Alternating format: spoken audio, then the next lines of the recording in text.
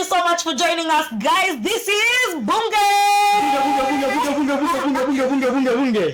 Na kama dawa, you're with me, your girl Nyakio Njage, and our usual culprit, exactly. Now, Leo, we're here to tell you what has been happening throughout the week. Okay. What has tampered with our heads throughout the week. Okay. Here to give you our opinions and here to ask you, our viewers, so that we can interact. Exactly. So kindly, before we start the show, take a moment, press the subscribe button, notification bell, and the like button as well, nigga. Yes, so you can get to know what to when we release the next video. Exactly. Now, as we start off, this is a topic that has brought with it so much reaction. Okay. So Sakaja has directed the Kanjo. Sakaja again. Yes. To arrest anyone who is filming them on the road. Okay. Na pia Eric Omondi aka react. But before we go to that, let's take a look at this video. Okay, let's take a look. Yes. But a few people, because wanatafuta quotes, wanatafuta kusensationalize kitu, unashika mtu anatupa vitu yake, sijui ma social media coming to record ati huwa ameshikwa. Kwani mtu akifanya kitu mbaya anafanya mbaya wimbo?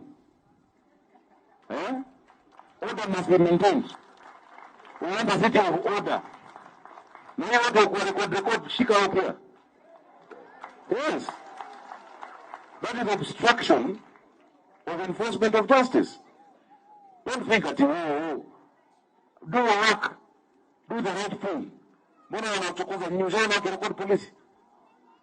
What you're doing is needed. Now that we've seen that, this is what I'm saying.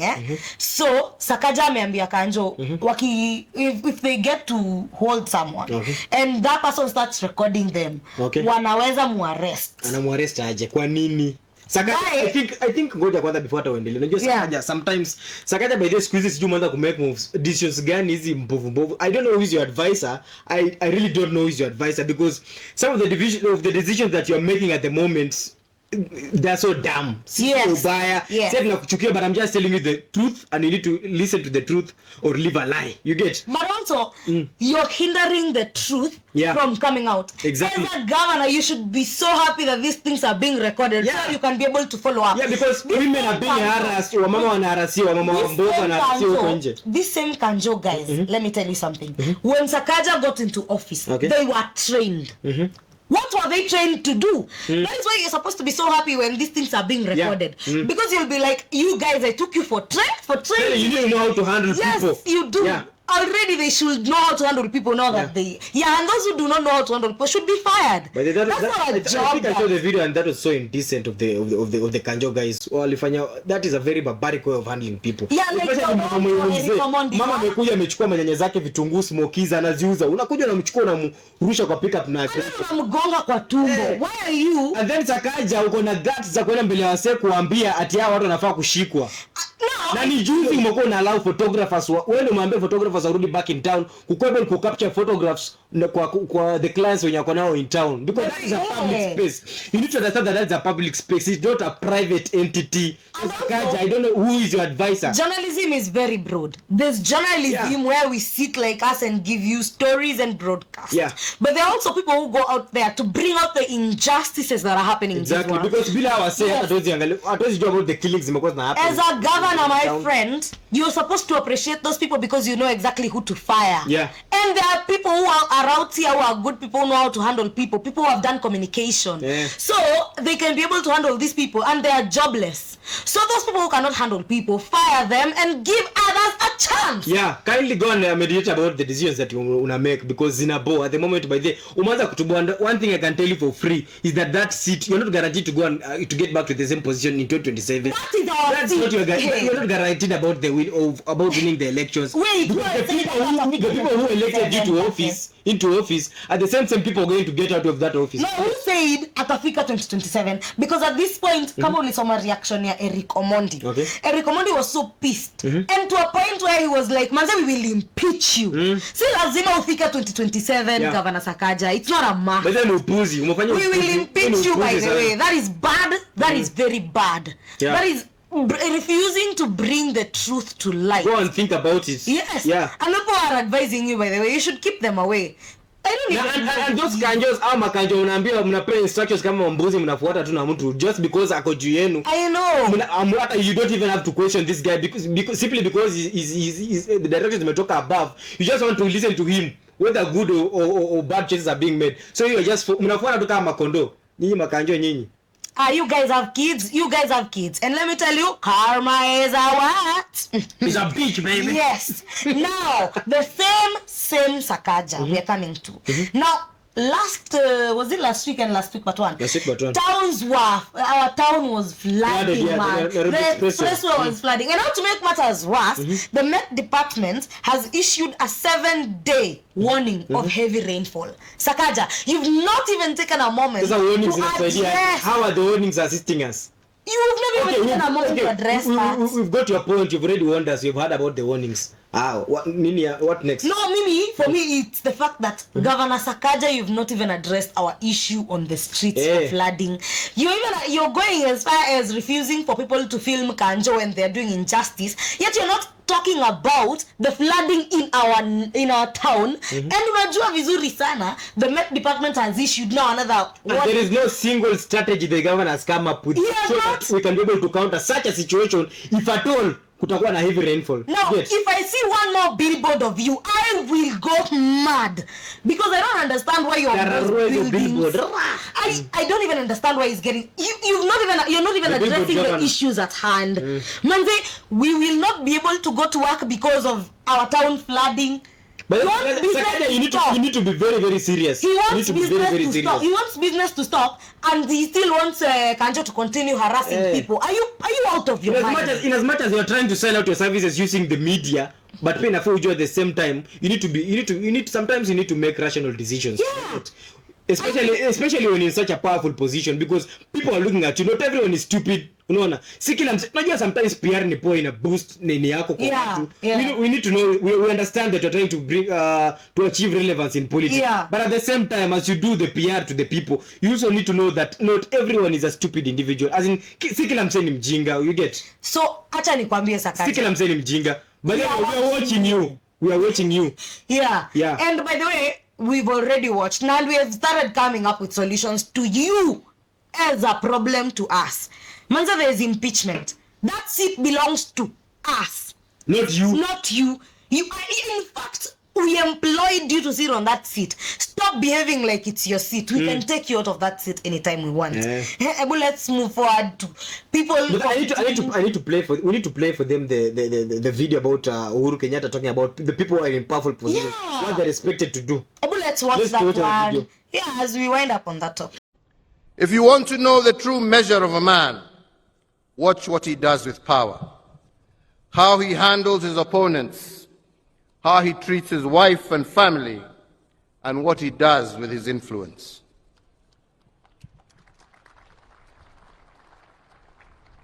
But fundamentally, as Martin Luther King Jr. taught us, and I quote, "The true measure of a man is not where he stands in moments of convenience and comfort, but where he stands in times of challenge and difficulties." End of quote.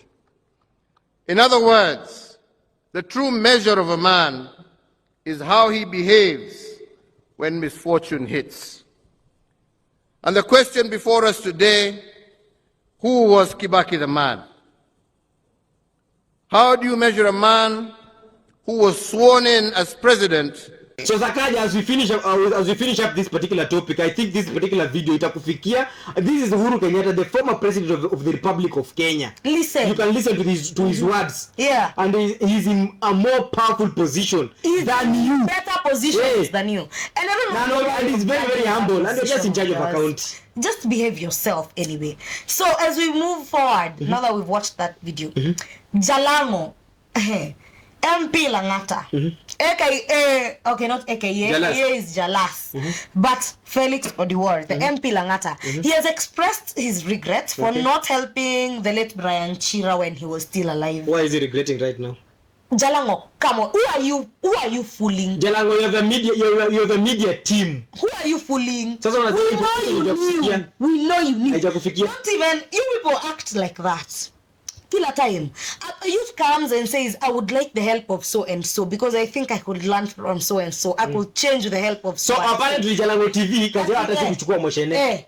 You want to tell Jalango TV inafanya kazi na CNN capture information kutoka other parts of the world, but hawezi pata information yenyewe na nini. Brian was trending every single day.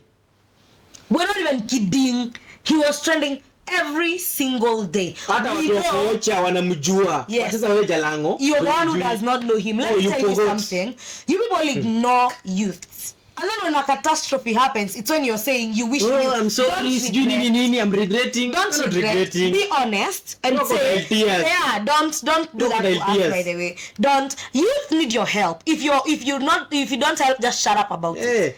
Don't even talk about it. You're an MP, but you cannot come and lie to the people that your information haikufikia. When you was trying for help.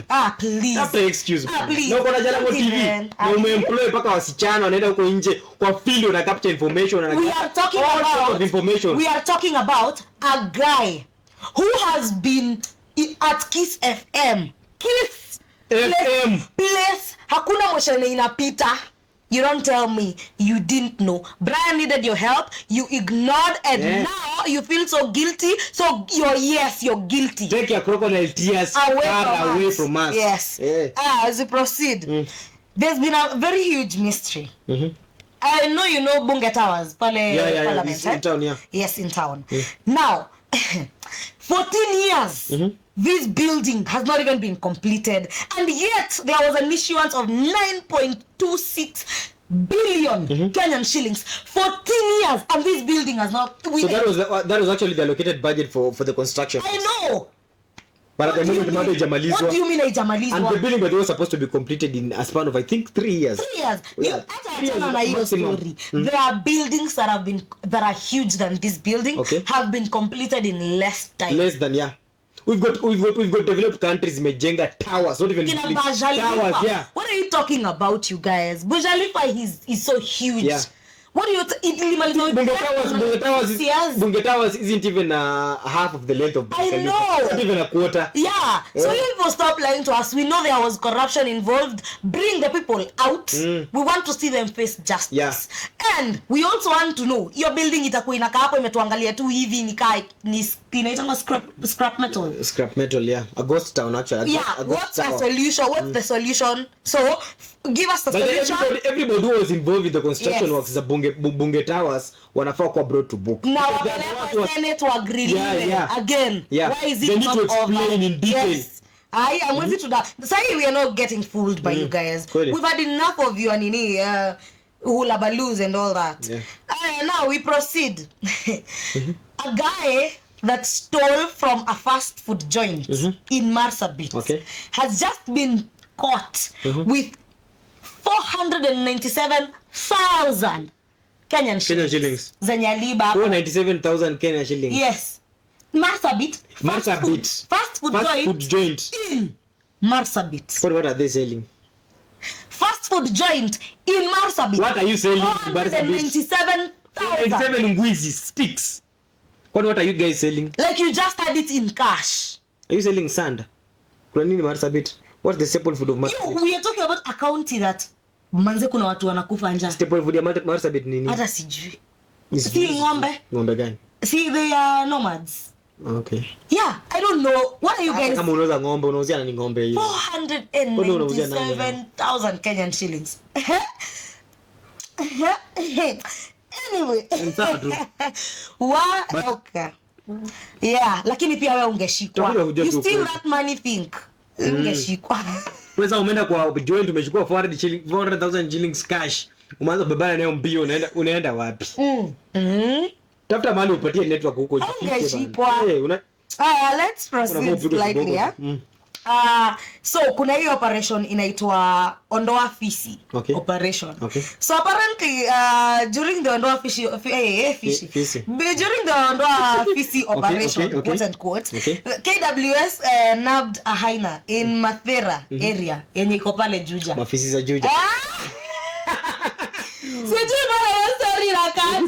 But ni fisi kweli, fisi kaya na fisi. Fisi mtu. Juja. But honestly speaking, but I think it's a really bad show. Yeah, it's a bad show. It's not nice because he portray to the image of the person mwenye ako in charge of that particular position. Alfred Mutua. You don't walk around these KWSs to see they are well secured. I mean, so you don't even check out the boundaries of national park. Anyway, kazi yako unakaa kwa ofisi kukaa. You cannot release wild animals to the people. You can. We've got children going to school. We've got people going to the market. We've got people going to their respective jobs. By the way, when he was CS to take care of issues abroad, he did such a nice job. My issues zikaisha Saudi Arabia, zikapungua zikuisha, but zikapungua in Saudi Arabia. Which is a good move. So we are hoping with the same spirit. Right now, you start taking walks through those national parks. Make them secure. Get your KWS on. Inspect the borders. Inspect the borders. Because we need these animals, but on this we need them because they are our tourist there must be a balance in wildlife. But we need to also know that they can harm people, and we need to take care of our people. Sindio? They must be controlled by them. They are wild. As we finish our first half, we need to discuss about KNH. So KNH apparently is disposing of over 641 unclaimed bodies in the next 7 days. So surely, why unclaimed bodies? We are Africans. If there's one thing we believe in, is burying our dead. Burying the dead. And burying them in a respectful way. So why do you think there's such an issue with unclaimed bodies? I don't even get the point, because at first, as far as things to do with burials is concerned, I think the reason as to why we had to set up these mortuaries because they are there to serve the public. You see, for example, when someone is deceased, he or she is usually taken to the mortuary, you get, and there's a certain amount he's supposed to pay as the process as the certain procedure is supposed to be followed before the actual burial date is set, you get. There's usually some fees we agreed that are supposed to be paid, which is okay. That's a way of collecting revenue. But when it reaches to a point that we are having so many unclaimed bodies, to a point that we want to dump the bodies, it means there is something fishy that is going on. Something fishy that's going on, Buffy. I'll tell you. First of all, at the moment, if you go to see anyone in the mortuary, you have to pay a seeing fee. Which is standard, I get, but it's not right. You're seeing a dead body, you're confirming the dead body. Manze, it's a dead body. Why are you paying to see a dead body? Also, in addition, you're already paying for the mortuary fees. For what reason? You're already paying for that person being in the mortuary. So that means even burying someone becomes even more expensive. Like that's why people are turning away wanacha bodies out because they know mnakosanya njia by any means possible. Because personally I've been able to visit the mortuary, and I think we've got also the morticians that there wanapiganga biashara. Some of them, but you're mourning and those guys kwa morning. And it's so bad to the point where mortuary fees are so high. True. And then pia usisahau, some of these people who die have left a huge hospital bill. So huge hospital bill, someone is transported to the mortuary fees, and then you're coming to confirm your guy. Mortuary seeing fees. Ayo. Parking mpaka mmeka kwa mortuary ndani. I know, manze, let me tell you something. It's now becoming a pandemic, and mkicheza, you'll be burying the dead on the behalf of the family. Because I think tumeanza itabidi baadaye tumeswitch roles. Itabidi tumeanza kubari them on behalf because that's too expensive. Tumefika pia tumeanza hiyo tu, that is too much. It's at the same time we need to incur some other extra cost, logistics, kutravelisha watu nini vitu kama. That is something that comes abruptly. That is not something it's uncertain. It's certain but comes unexpectedly. So hakuna mtu ana expecting ati kesho will be burying. But it comes abruptly, and then you are expected to pay such a high fee at such a short time. And then it's not like we're living in a place where we have good insurances that come train people about life insurance and all that. We don't. You people those fees are too high. Try bringing them down, and we will avoid all those unclaimed bodies, by the way. Because hata nikiuliza, where are they going to dump these bodies? Are they going to dump it to the public cemetery? Because unajua kuna wase wako mortuary, but hawazitaka kuzika wase kwa public cemetery. They must go back home. due to their custom, their beliefs. So there is no way that utakuja tu from nowhere pia unaanza ku make decisions too without even considering the owners of the body. But today we're just going from next week, you're just going to dump people to body. Hey, how? Let's just stop there. We'll be right back after a short break. The break, brother.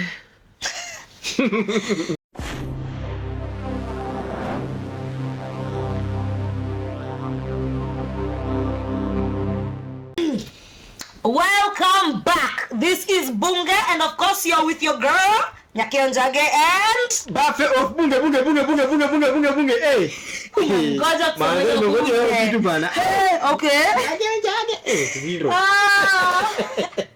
Let's proceed with doctors still being on strike, you guys. And then the health CS.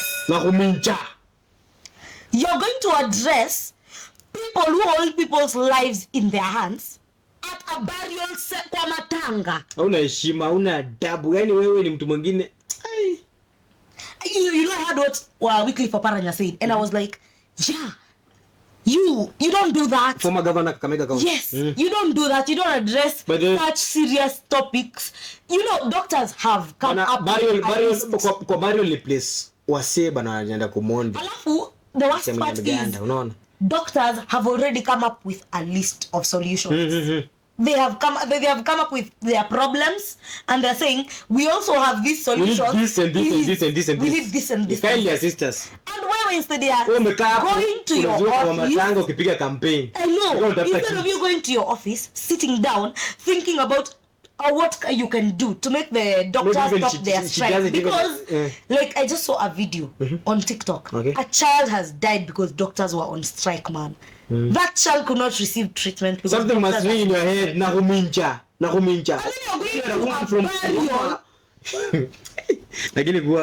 But I think maybe alikuwa amezoea vitu wakiwa nyumbani. I don't even know what is wrong with her. You go to a burial to address such a serious issue. And you're a CS. You're appointed. You're not elected. You're appointed. You know when you're appointed, you have to kupiga campaign kwa matanga. Ni kama unatafuta. If it was last year, this would have been a different topic. You're appointed. Don't even. The same CSs. I don't know what is wrong with these CSs. CS Murkomen. 10 people have died along Nairobi-Mombasa highway today. That accident involved 5 cars. And I think like yesterday, an easy coach bus that was carrying Chavakali boys students. Manze crashed. What accident? I think it's barely a fortnight since the KU bus tragedy. Yes. Yeah. And one kid is at least said to be dead. CS Murkomen, we need you to act. We need you to say something. We need to have a solution. We need you right now. Let us see the structures change. Let us see the laws on the roads change. It is time you're working on those corrupt officers. It is time you start working. Because now the deaths have become too much. It's just a week ago we talked about deaths. We were even so tired. We were like, Manze, we are just telling people to rest. And we thought we also saw that it is something serious. We even told you better decisions. Yeah, because the people, but you're supposed to delegate the duties to them so that they can help you to at least resolve the issues that you're experiencing as a nation. I know you don't want to go against police officers, but us getting police officers not picking those bribes for at least a week, we lessen those accidents. Us getting people with stable vehicles on the road will reduce accidents. Us getting people nabbed because they are overspeeding will reduce accidents. Us getting people who are driving under influence get caught will punguza the level of accidents.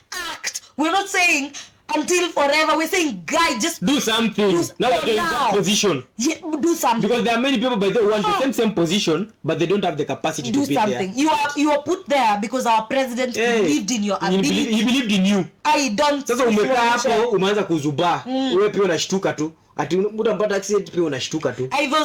Those accidents have been too many. You need to do something. You need to do something about it. Now let me tell you of some people who are stupid. Let us talk about this stupid person. So, Nonini's graphic designer. Nonini was to send his graphic designer Kenyan shillings 4,000 4,390. Okay. But he was so tired and busy, he was up and down, and he got to send this guy 43,090 Kenyan shillings. 2 days later, Nonini is when he realized, I nimetuma 40,000 more. Okay. And then he calls this guy. So he sent it by mistake, okay? Yeah, he sent it by mistake. Okay. So after 2 days, he realizes, he calls this guy, he's like, yo, I send you more than more money than I was to send you, and you can't tell me. The guy went silent. 2 days. Kenyan. No, that's a stupid Kenyan. It's just 40,000, bro. It is just. The reason, sometimes unapata the reason as to why some of us cannot be able to enjoy whatever life can offer. Yeah. Simply because there are some small virtues that we lack. Yeah. That maybe if at all tungekuwa nazo, they could have propelled us to another level. You get? Yes. Like if you just take such an example, like the one when you ametumia 40,000 instead of 4K, and he never even informed the guy that he made a mistake. No, he said kama kupotea. Let me tell you that if you had informed Nonini, you had gotten that money. I don't know what Nonini is like. Okay. But if I was Nonini, let's assume I am Nonini, and I send you some money, and then you call me and you tell me, gosh, you send me 40,000 more. I'll be like, yo, no merudisha. I would send it back to you. Ama if I am not capable of sending 40,000, I'll give you 20,000 or something, and then you'll gain my trust so much. Exactly. I can now trust you with billions of money. I'm not kidding. 40,000 is such a small amount. Like if you stayed with Nonini trusting you, if you can point to $1 billion, now we get it. Yeah. At least you made a calculation. Yeah. We get it. But 40K, bro. Do you know, in this economy, we understand times are hard, but 40K is small money. An amount enough for you to get away 40,000 is a bill people are drinking. It's 40,000. Don't type up with such money. 3 bottles of I don't know. Hey man, if you get like a deal of $1 billion, we understand. At least if you get 5 billion, you're going to yourself. You'll go viral. 40,000. You don't steal 40,000. 40,000 is small money. Wewe unafaa ukishika kwanza upige tu Cyprus kwanza. Sasa wewe unatokanya 40K ya mtu. Cyprus za mgongo hapo.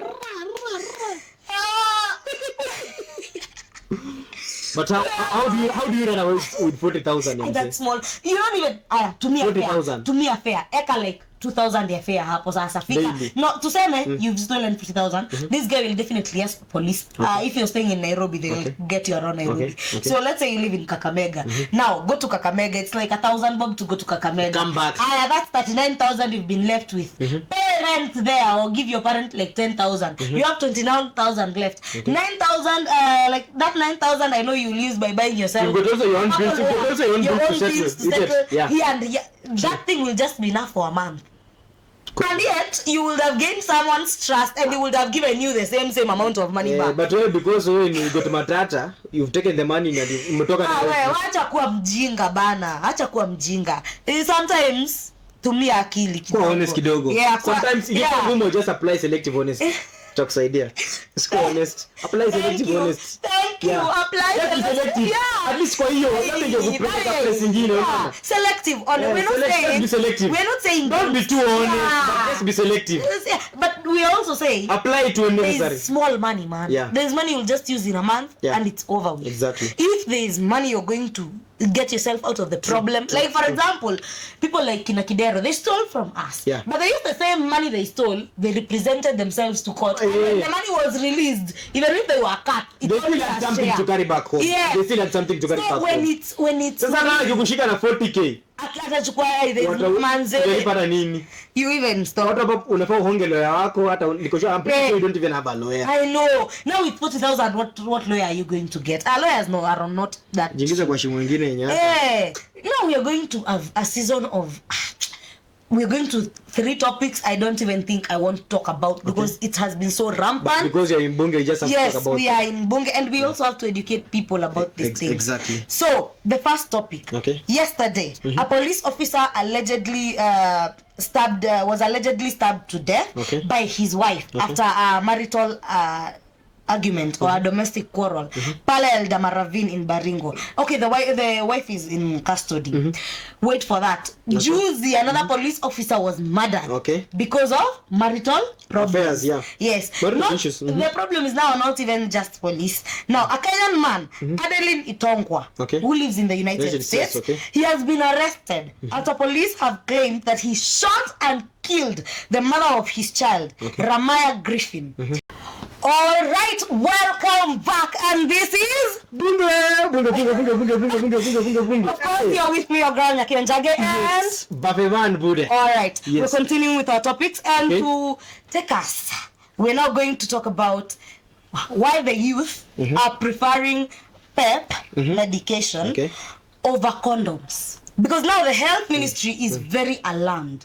Wanasema my youth kule nje, they'd rather take preventive drugs of pregnancies, preventive drugs from HIV, preventive drugs from STIs, other than use condoms. So I think number one, each and every person has got their own preferences as to and their own reasons as to why they prefer using PEPs rather than condoms. Because number one, people are so skeptical when it comes to using condoms because condoms wasiosemanga was na bust. I'm pretty sure umesikia about umesikia kesi mob kumekuwa kana kesi mob za wase kukua na condoms bust. Wanataka panic in the room, una get condom ina bust time unasoga kitu, una get then hapo ndio unapata msi anapata infection ama do you think it's a nice thing for them to prevent rather than use condoms? Because pia si condoms zote uflow. I think pia kutumia hizo pills, for example the PEP and the PrEP, the one that people use before and after so like for example the pre-exposure prophylaxis that people use, it simply prevents the bacteria or rather the virus from doing what, from hata coexist in the body. But you know, ebu kidogo, let's now agree, it's not everyone who has this disease. You come and sleep with someone, and because you're skeptical because you did it in the wrong way, you use the medication. No, he's skeptical. Remember, because it's going to your kidneys. You're weakening your kidneys. Now medication is correct. Msikuja kutupea magonjwa, ni sawa. But my friend, this shit will tear you apart. But you know, when it comes when if you point mnapiga foreplay au fikirangi story ya dawa zitani affect kidney. Hapana, mimi nakuwa kanganga. Tumia hizo madawa lakini sikupei kidney yangu. Haina shida. The moment mko sema when you're sexually active, we got different partners, or maybe we got a single partner. Ikifika time ya kwenda bedroom, I'm pretty sure 99.99% ya wase fikiriangi historia ya TG kidney zangu zita rupture because nimekuwa kutumia certain drug. But we need to start thinking about it. We are saying the health ministry is saying this medication might end up affecting you in the long run worse. I think me personally naona consumption ya hizi pre-exposure prophylaxis and the post-exposure one, I think consume itakuwa na some benefits na pia itakuwa na some effects, some downsides zake. Usually it's like a double-edged sword, you get. So let's say you take it at your own risk. You take it at your own risk because either way you consume, but itakuwa affect tu, unaona. Itakuwa affect. At the same time you try to win health yako, but at the same time pia unakuna vile una destroy na wiji, una get. You try to win health yako in that usipate nini infection ama vitu kama HIV manini, unaona. But at the same time pia una damage organs zako, internal organs zako pole, but unajua ni kitu inafanyika gradually. So si kila msemo mwenye labda pia anatumia hizo mapep atata dead out of failure. But so let's tell the to continue spreading these medications. They're actually preventing so many people from sharing HIV. They're preventing so many people from sharing STIs, and we agree those things can kill, man. And I think that's a very good sign. Unashapia say the level of carelessness pia kwa say imeanza kupunguka. Because ukiona msee ana prefer kutumia PEP instead of condom, bado msee inamaanisha kwa aware of the dangers kulala without protection, you get. So let's say it's at your own risk, it's a good move. Health ministry continues supplying the medication. I think it's a big win. And Germany has legalized marijuana. Wajakaya, where are you coming? Wajakaya. Hi. We are still, by the way, we are still campaigning for you because you had the idea, you just didn't have the plan. Anyway, Germany has legalized marijuana. And you're allowed to plant in your shamba at least only 3 trees. And you're also allowed to own consume like 25 grams. Yes. And that's for consumption. And that's recreational marijuana. Yes. But now we're talking about Germany, not Kenya. Okay. Kenya, there's too much corruption. In Germany, you'll find they'll even give this. But don't you think the same if the same policy is being implemented in our country, it's not going to work? If the same policies in Germany will be implemented in Kenya, this might work. The recreational marijuana might work. But we're talking about Germany, where they already have structures. Okay. They already have a way that they will make sure no one will be overselling or overdoing the marijuana. Wao ukikuja Kenya kila mtu atakuja kupiga biashara bro. Kila mtu atakuwa anapiga tu biashara. Everyone will be a drug peddler because they planted marijuana. People will plant bushes. I think inaenda pia kuongeza the number of crimes pia unaona. Unajua pia kwa in the world of in the realm of drugs pia kuna cartels. So wewe kama the huyu farmer wa nini wa marijuana huko chini utakuwa able to experience some sort of rivalry na our cartels wamekuwa exist because the reason as to why number one I'm pretty sure the reason as to why ban the use of marijuana in Kenya is because there's some people are controlling the supply of marijuana in the country. So the moment wataanza kufanya ikwe like kitu yenye legal inamaanisha there are some farmers watakuwa able to emerge na watakuwa na pose kama threat to the already existing cartels. Because there are some people already working in the marijuana business now wana benefit from it. So we just leave the marijuana business in Kenya to remain. Lazima tuiwache tu iko illegal at the moment. Yes. Tuache tu iko illegal at the moment.